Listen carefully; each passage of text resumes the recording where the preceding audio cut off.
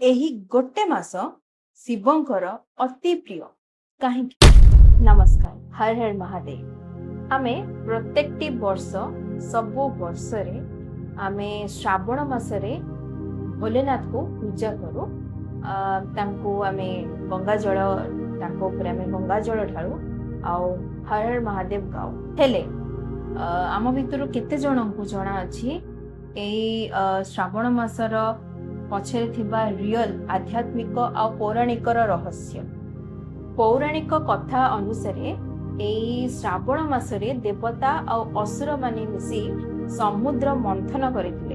यह सत्य जे समुद्र मंथन परे सेथिरु बाहरिथिला अमृत, हेरे ता पूर्वरु बाहरिथिला हलाहल। आ से हलाहल एते विषाक्त एते पॉइजनस थिला कि पूरा ब्रह्मांड को जाली दबार भी भय सेतबळे मनरे भी रहिथिला।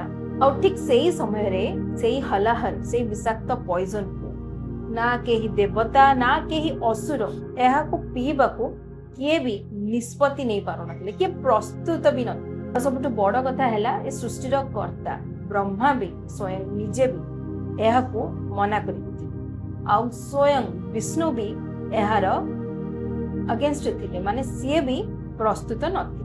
आ ठीक सेतिके बेले सारा ब्रह्मांड को बंचेबा पाई कि आगो को आसिले आमर भोलेनाथ जी। महादेव किछि न भाबी चिंती बिना द्विधारे से पॉइजन को बा से हलाहल जो विषाक्त विष को पी गले। ब्रह्मांडर रक्षा पाई शिवजी कौन कले, तांको तंटी रे सेही विष को अटकई दे।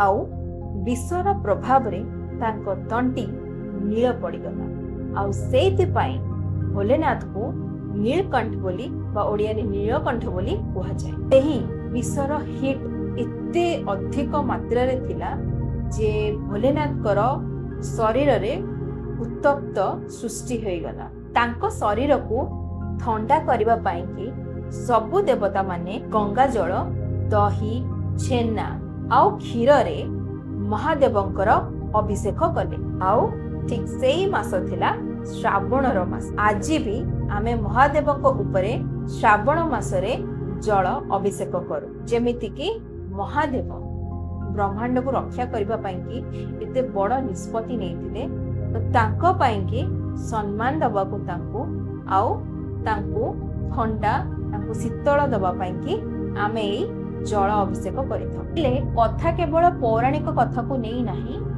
एहा सहित गोटे डीप नेचर कनेक्शन भी रही। श्रावण मासरे वर्षा हुए आ पृथ्वी तार सबु हिट माने सबु उत्ताप को बुली सबु आड़े शीतल पड़ी जाए आ सबु किछि ग्रीनरी सबुज कलर रही जाए। शिव हेले प्रकृति बा नेचर। वर्षा ऋतु रे जल धारण करी प्रकृति जेमती गोटे नुआ जीवन पाए, ठीक सही परी आमे महादेवं को पूजा करी कि निज भितरे थिबा जिते प्रकार राग, अहंकार, इगो, जिते सारा को जिनस सब अछि, जो जिते सारा नेगेटिव जिनस अछि, आमे तो सब तक विसर्जन करि देथाउ। एही श्रावण मास केवल नुह आमे ओसा करिबा, फास्ट करिबा, खाइबा को माने किछिटा जिनस आमे अवॉइड करिबा ए सब नुह।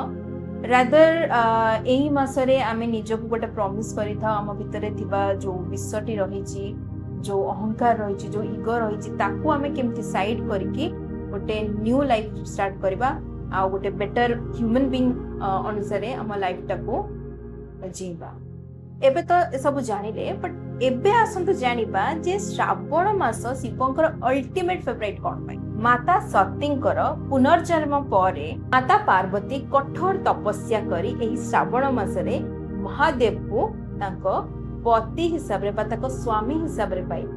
सेइथि पई महादेवंकर अति प्रियर मास हेउची श्रावण मास।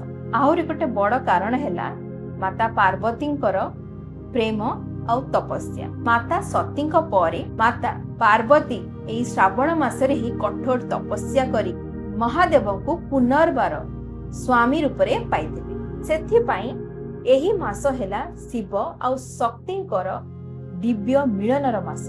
आउ सेथि पई शिवजींकर आम भोलेनाथकर एही मास बा श्रावण मास अल्टीमेट फेवरेट। आपण माने एही श्रावण मासरे शिवजी भोलेनाथ को कौन मागिबा को चाहती निहाते मते कमेंट सेक्शन में जणेबे।